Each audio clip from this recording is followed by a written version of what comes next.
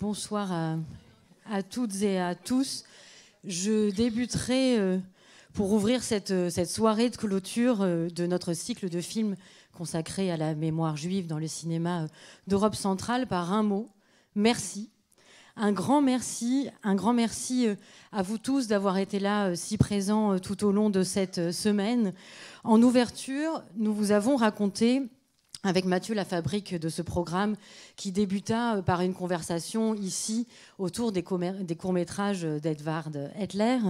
Puis nous avons avancé et sa dimension est devenue collective. Et il y a une semaine, il ne manquait plus que vous pour que tout se passe bien et tout continue. Et vous avez été là et vraiment, je ne me lasse pas de vous remercier pour vos remarques, pour votre regard, pour vos questions. Donc merci beaucoup. Vous étiez 190 en ouverture pour le Décalogue 8, Tu ne mentiras pas de Kieslowski, et pour écouter Marie-Josée Mondzin revenir sur le langage du corps filmé par ce grand cinéaste polonais. Vous étiez nombreux aussi le lendemain et avez tremblé sous les bombes avec Zoltan et Jutka dans Un printemps à Budapest de Félix Mariachi. Nous avons ensemble été secoués par la banalité du mal face aux 3 officiers et au caporal en prison avant leur jugement dans Jour glacé de Radok. Et puis le soir, András Kovács, pardon. Et puis le soir venu, nous sommes tombés amoureux et amoureuses de Taco et Dani d'Ampère d'Itzvan Sabo. Nous avons été bouleversés par la relation complexe entre Tono, le menuisier sans ambition, et Madame Lottmann, la vieille dame juive sourde qui ne comprenait pas grand-chose à la situation dramatique qui était en train de se tramer devant sa boutique dans Le Miroir aux Alouettes de Yann Kadar et Elmar Kloss. Vous avez été également plus de 117 à aller samedi au Reflet Médicis pour partager la fuite désespérée des 2 garçons des Diamants de la nuit de Yann Nemesh. Et dimanche matin, il était 10h30. La salle était comble pour découvrir le chef-d'œuvre yiddish Unsere Kinder, Nos enfants, de Nathan Gross. Et puis, nous avons vu La vérité n'a pas de frontières d'Alexander Ford. Et nous n'oublierons pas les jeunes Yatia, Vladek et Davidek, à jamais dans les ruines de ghetto de Varsovie. Nous avons arpenté les cimetières et les synagogues abandonnées de Pologne avec les courts-métrages d'Edvard Hitler.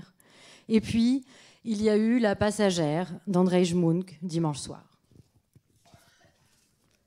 Un personnage manque à ce flashback déjà nostalgique.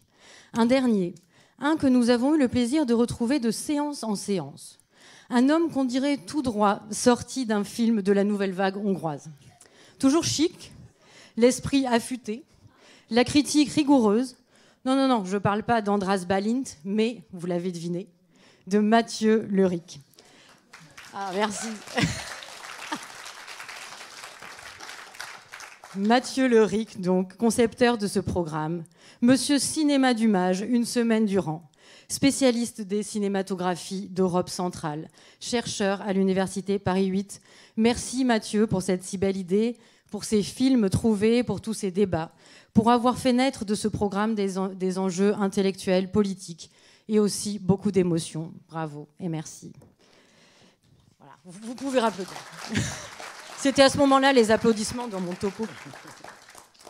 Nous remercions également nos invités qui ont accompagné ces films. Marie-Josée Mondzin, Lola Gruber, Samuel Blumenfeld, Ariel Schweitzer, Damien Marguet, Ophir Lévy, Ruth Zilberman, Stéphane Bou, Éric Leroy et ce soir, Kata Weber. Nous tenons à remercier tous nos partenaires qui ont rendu ce programme possible par la numérisation, la restauration, les sous-titrages des copies, donc les centres d'archives de Tchéquie, Slovaquie, Pologne, Hongrie, le CNC, Malavida Distribution et du Lac Distribution. Nous remercions également les centres culturels pour leur soutien et leur confiance, l'Institut Liszt, le centre tchèque, le centre culturel polonais et le centre culturel slovaque. Merci beaucoup à eux.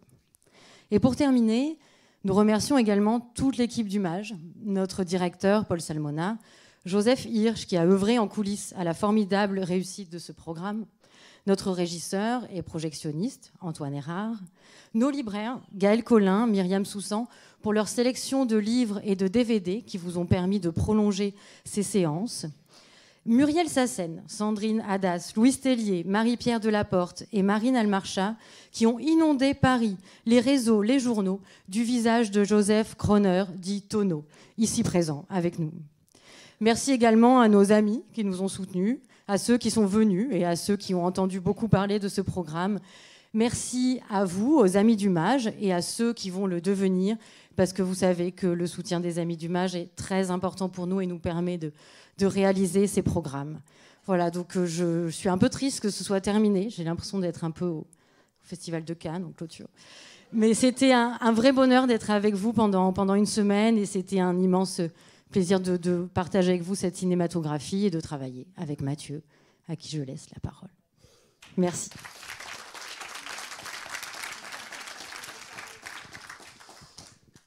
Bonsoir à toutes et à tous. Je commence toujours mes discours comme ça. C'est évidemment particulièrement émouvant de prendre la parole à l'occasion de cette dernière séance.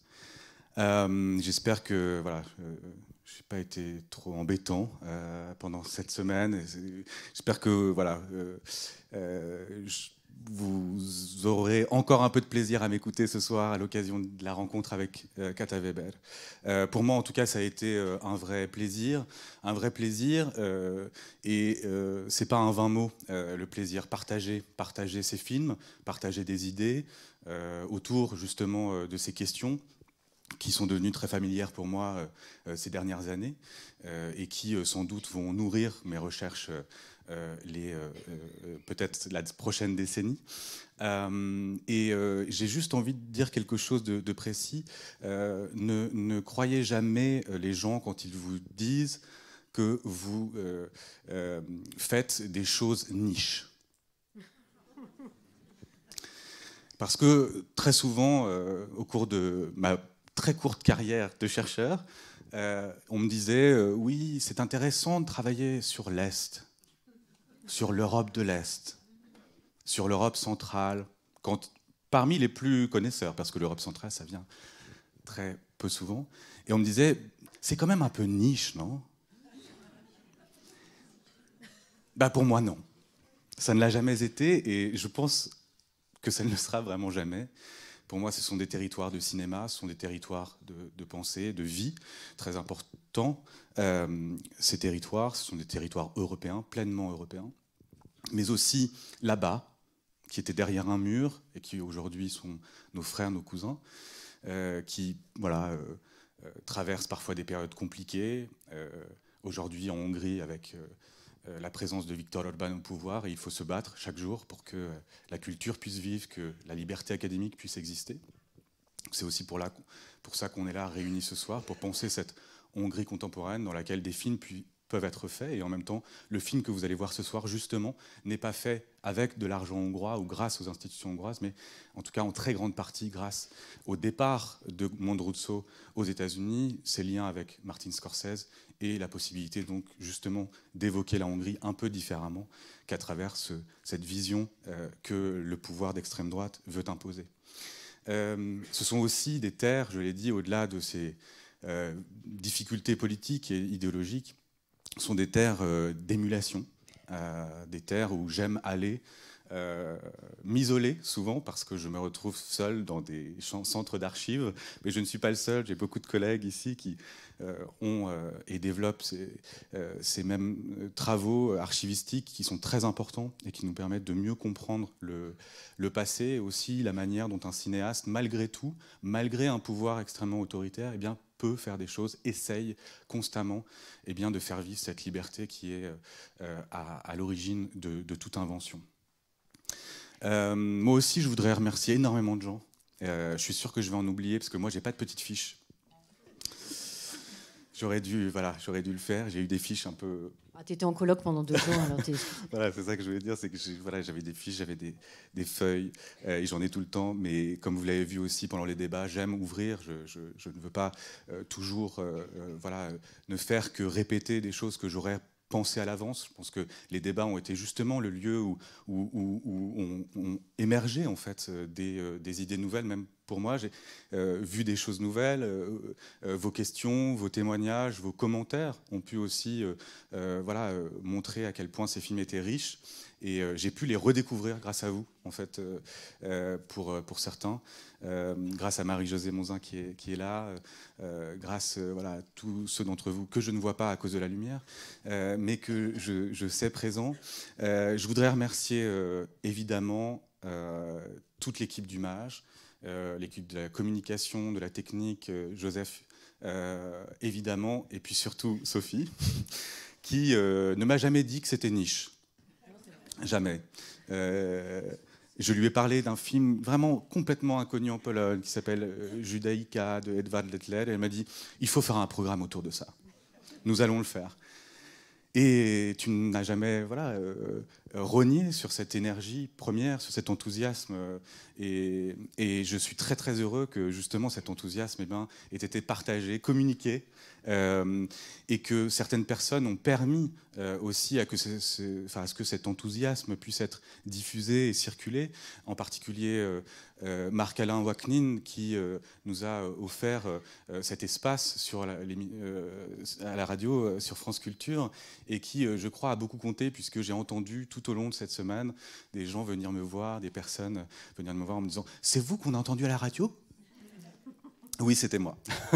Mais surtout, on doit ça à Sandrine Hadas et surtout à Marc-Alain Waknin. Donc je le remercie ici parce que c'est aussi très important d'avoir des journalistes qui nous permettent d'atteindre un public qui, sans cela, serait très difficilement accessible pour nous, petits chercheurs niches.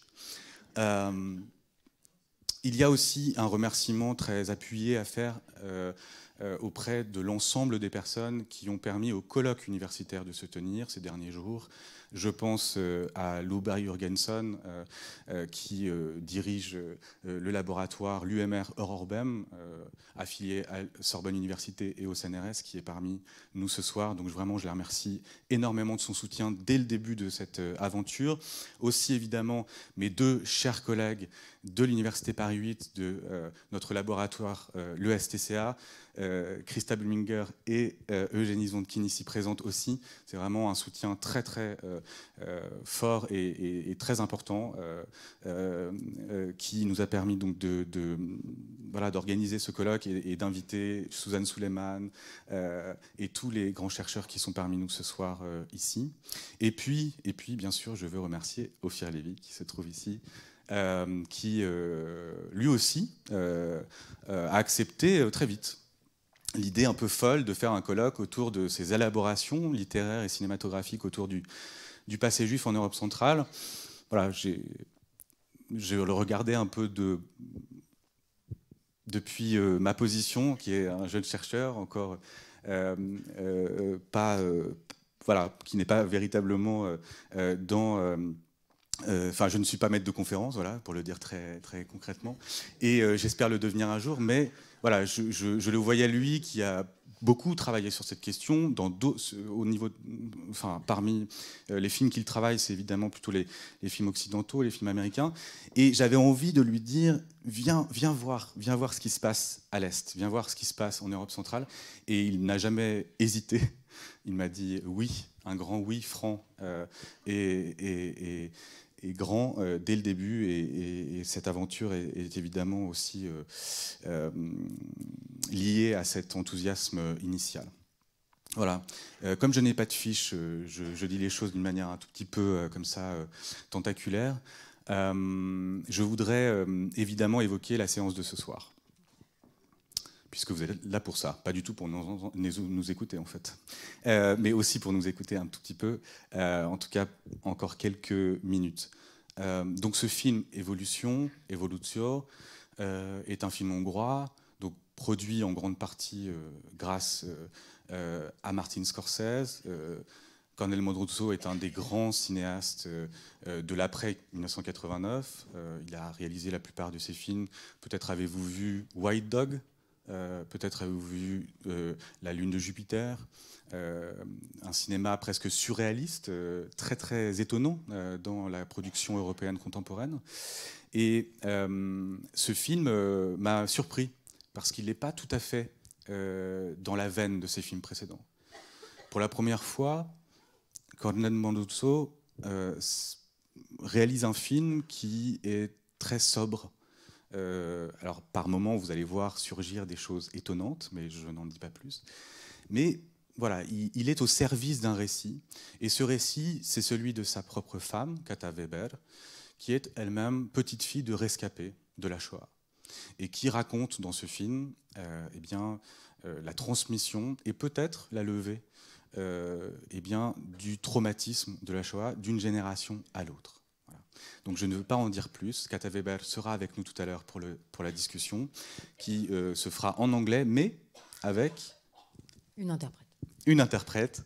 Donc vous pourrez poser les questions dans la langue que vous voulez, et surtout, elle pourra donc s'exprimer facilement, parce qu'elle ne parle malheureusement pas le français. Voilà, donc je vous souhaite une très très bonne séance. Je suis sûr que j'oublie plein de choses, mais merci encore d'avoir participé à ce cycle, et j'espère que votre exploration du cinéma d'Europe centrale et de la mémoire juive en Europe centrale ne fait que commencer ou se poursuivre, et j'espère évidemment que nous pourrons continuer à travailler ensemble avec Sophie, peut-être à l'occasion d'un nouveau cycle pour traiter de la période suivante, mais dites-nous que vous voulez la suite.